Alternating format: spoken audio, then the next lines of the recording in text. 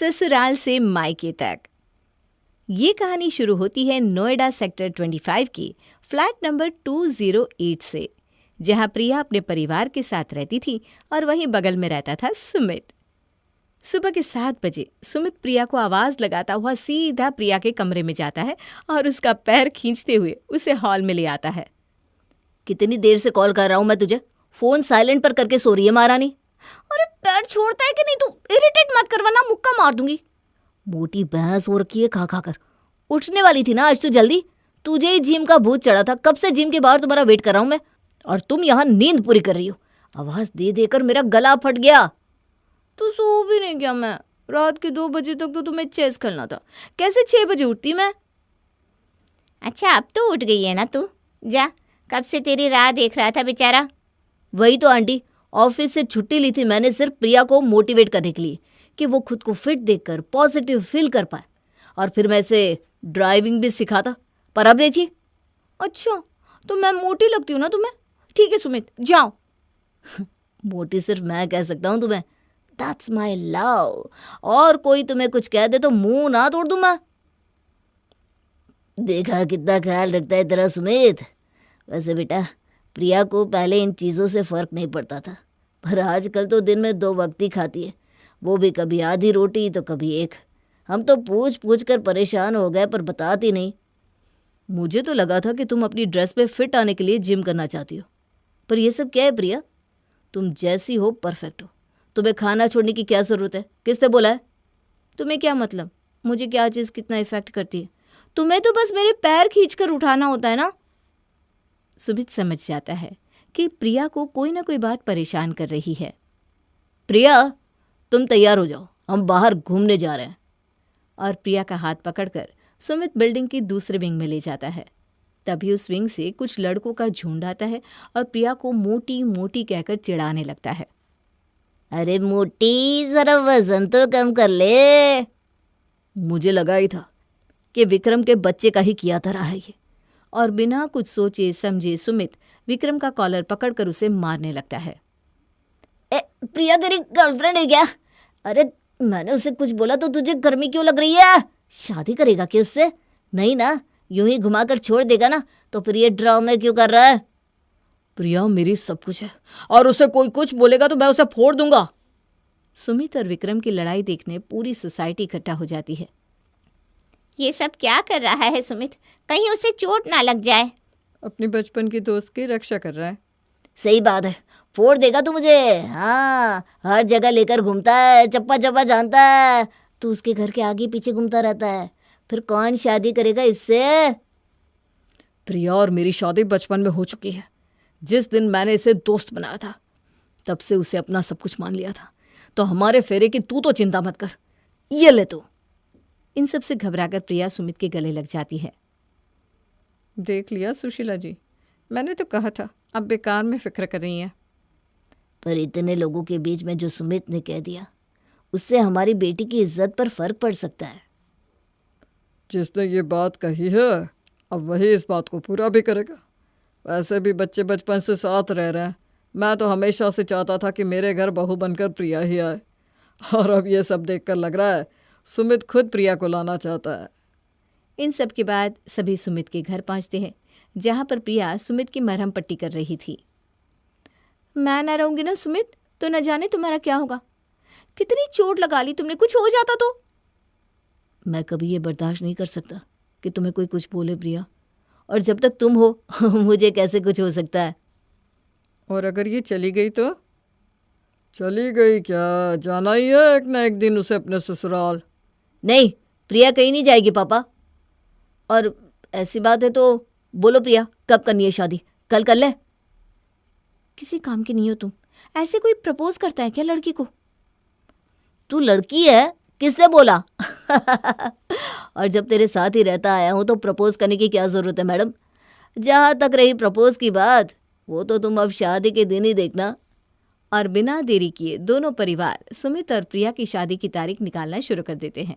पंडित जी को बुलाकर एक तारीख फाइनल कर दी जाती है और फ्लैट नंबर 208 से प्रिया जी की शादी हो जाती है 207 में। विदाई के वक्त मेरी लाडली मुझे छोड़कर जा रही है, मुझे नहीं जीना। मेरे जीवन की जमा पूंजी मेरे जीवन से जा रही है। बस एक दीवार की तो दूरी है मम्मी जी, आप क्यों परेशान हो रही है? मैं बहुत अच्छे से ख्याल रखूंगा आपकी बेटी का। दिन भर तो मैं आपके पास ही रहूंगी, आप क्यों फिक्र करती हैं? और बहू बनकर प्रिया अपने ससुराल आ जाती है। अगले दिन एक अच्छी बहू का फर्ज निभाते हुए प्रिया 6 बजे उठकर कमरे से बाहर आती है।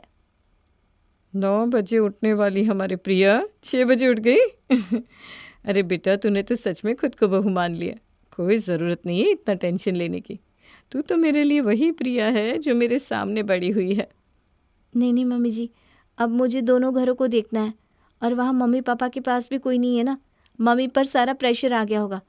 तो मैं सोच रही थी थोड़ी ज़्यादा सब्ज़ी यहाँ बना लेती हूँ ताकि सब्ज़ी मम्मी को दे दूँ, फिर रोटियाँ तो वो खुद सेक लेंगी। प्रिया ये कह ही रही थी कि तभी सुशीला प्रिया को ढूंढती हुई उसके फ्लैट में पहुँच जाती है। कहाँ थी बेटा? तुझे बिना देखे तो रात काली हो गई मेरी। हाँ बेटा, पूरा घर ही सूना लग रहा है।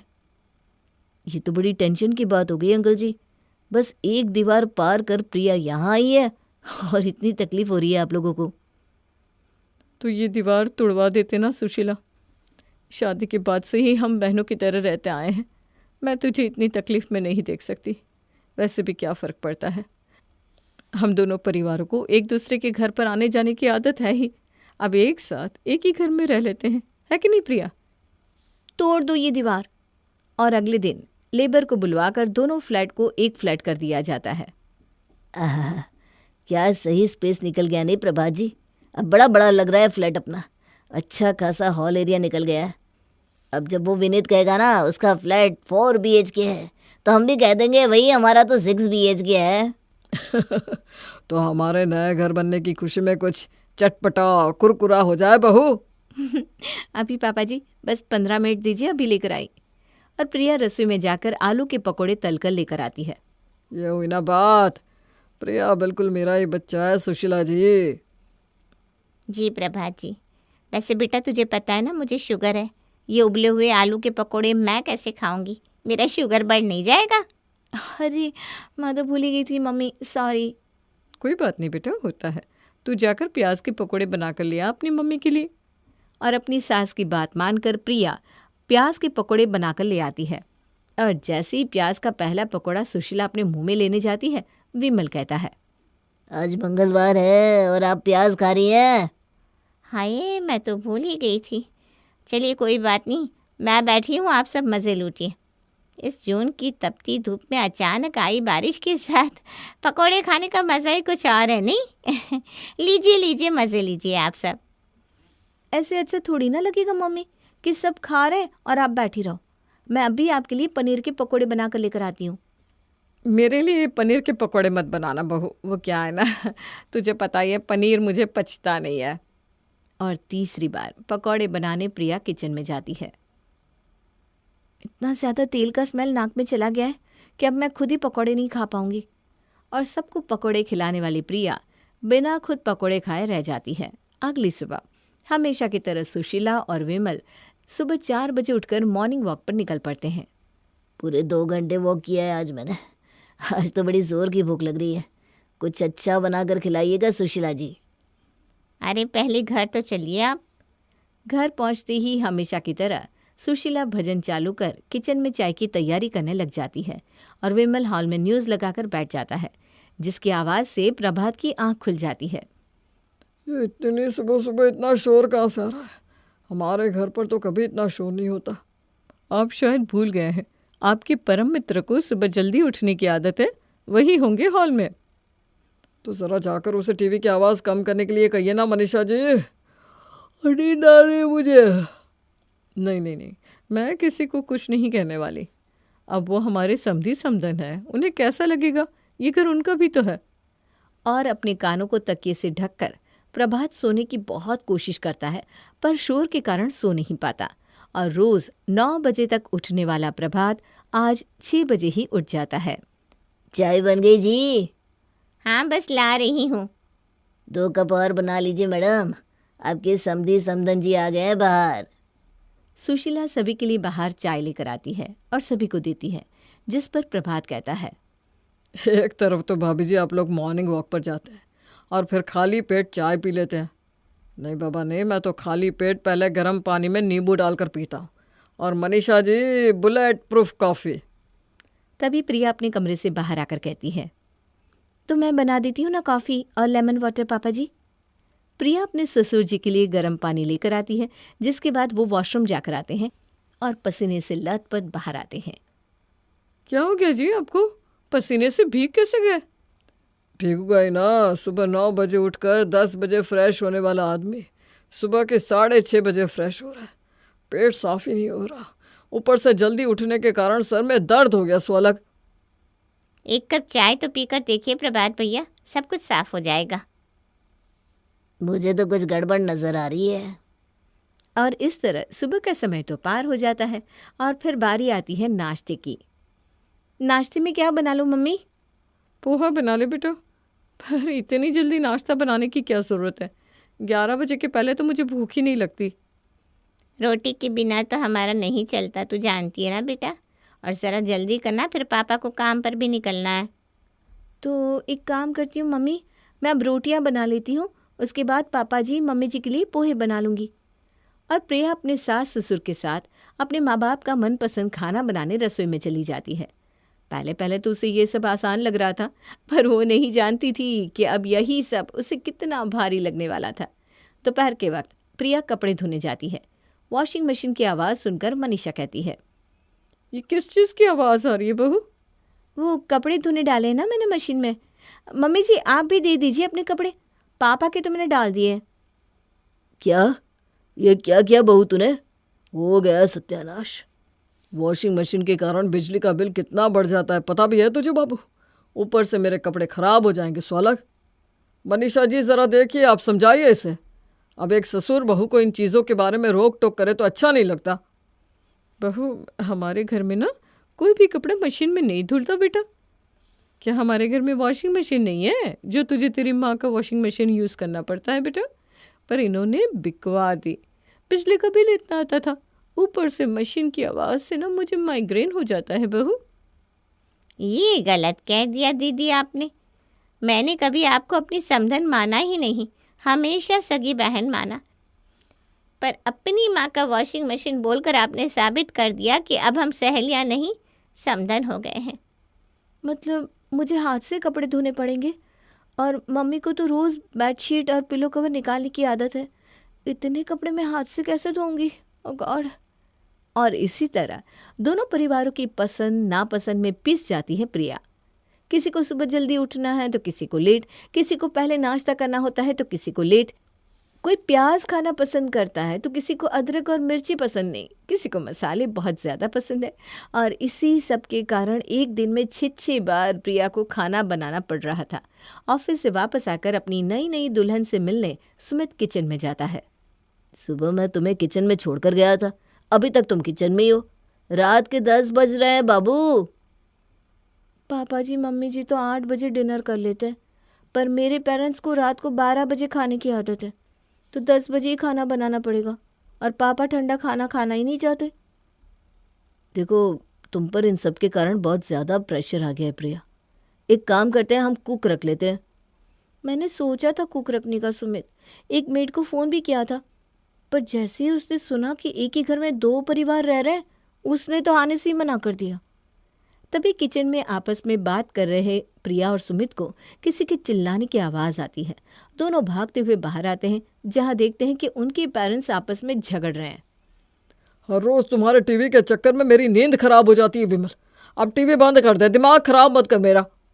अरे आज इंडिया पाकिस्तान का मैच है भाई, मुझे मत बोल टीवी बंद करने के लिए। आज टीवी बंद नहीं होगा।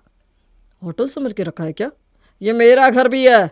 एक तो जब देखो टीवी ऑन करके बैठा रहता है, 1 सेकंड मुझे रिमोट नहीं मिलता टीवी का। शांत हो जाइए विमल भैया, आपकी समधी लगते हैं, अब आपके दोस्त नहीं रहे ये।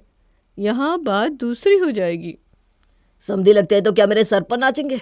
अब बात दूसरी हो या तीसरी मुझे फर्क नहीं पड़ता। हर वक्त मैं क्यों एडजस्ट करूं? हर वक्त मुझे कॉफ़ी के बदले चाय क्यों पीने को मिलती है? बहू लाए हैं पर बहू लाने का कोई फ़ायदा मुझे नहीं मिल रहा। ये सब देखकर बात को बढ़ने से रोकने के लिए सुमित अपने सास ससुर को अलग कमरे में ले जाता है और प्रिया अपने सास ससुर को अलग कमरे में। छोड़िए ना पापा जी, मेरे पापा को तो शुरू से ही ना खटखट करने की आदत है। आप तो उनका नेचर जानते हैं ना, नींद ना होने से कितना चिढ़ जाते हैं वो। टेंशन मत लीजिए, मैं अपने फ़ोन पर आपको मैच लगा कर दे देता हूँ। और मम्मी आप बैठिए, मैं आपके पैर पर तेल लगा देता हूँ। आर्थराइटिस की प्रॉब्लम है ना आपको, आज तो मालिश भी नहीं हुई आपकी। यहाँ सुमित अपने सास ससुर को समझा रहा था तो वहाँ प्रिया, तेरे परिवार में एक तू ही समझदार निकली बेटा, वरना सबके सब गंवार हरकतें करते हैं। बता, हमारा एक ही तो बेटा है, वो भी दिन भर उनकी गुलामी करता रहता है, तुझे भी कहाँ समय दे पाता है वो। नहीं मम्मी, रात के वक्त तो मैं और सुमित साथ में ही रहते हैं। पर इन सब के कारण तुझ पर तो कितना बोझ आ गया ना बहू। और वो बेचारा खुद ऑफिस से थक हार के घर आता होगा, और तुम दोनों के बीच में सब सही होता तो अब तक हमें गुड न्यूज़ नहीं मिल जाती क्या। इन दोनों फ्लैट को एक हुए आज 3 महीने हो गए हैं, पर रोज वही की वही लड़ाइयाँ। और दोनों परिवारों की लड़ाइयाँ दिन पर दिन बढ़ती जाती हैं। और फिर आता है बिजली का बिल, जिसे देखते ही प्रभात का पहरा चढ़ जाता है। 10,000 बिजली का बिल 6 लोगों में, और चलाओ वॉशिंग मशीन। सिर्फ वॉशिंग मशीन का इतना बिल नहीं आता भैया, वॉशिंग मशीन तो हम भी यूज़ करते थे। गर्मी का वक्त है ना, एसी भी तो चलता है। हमारे कमरे में तो बस रात को ही एसी चलता है सुशीला। फिर तो मुझे आर्थराइटिस है मनीषा बहन, मेरे कमरे में तो एसी चलता ही नहीं, तो कौन चला रहा है एसी। और इस रोज रोज की चिक चिक से परेशान होकर सुमित कहता है, अगर दोनों परिवार एक साथ रहेंगे तो ये प्रॉब्लम कभी भी सुलझने वाली नहीं है मम्मी। परिवार को आपस में जोड़े रखने के लिए उनके बीच थोड़ी सी दूरियां बनाए रखनी बहुत ज़रूरी है। हम सब एक दूसरे की लाइफ में इतने घुस गए हैं कि कोई किसी की इज्जत ही नहीं कर रहा, ना ही कोई किसी को स्पेस दे रहा। दोनों परिवारों की लाइफस्टाइल बहुत अलग है। मुझे लगता है हमें वापस से दोनों फ्लैट को सेपरेट कर देना चाहिए।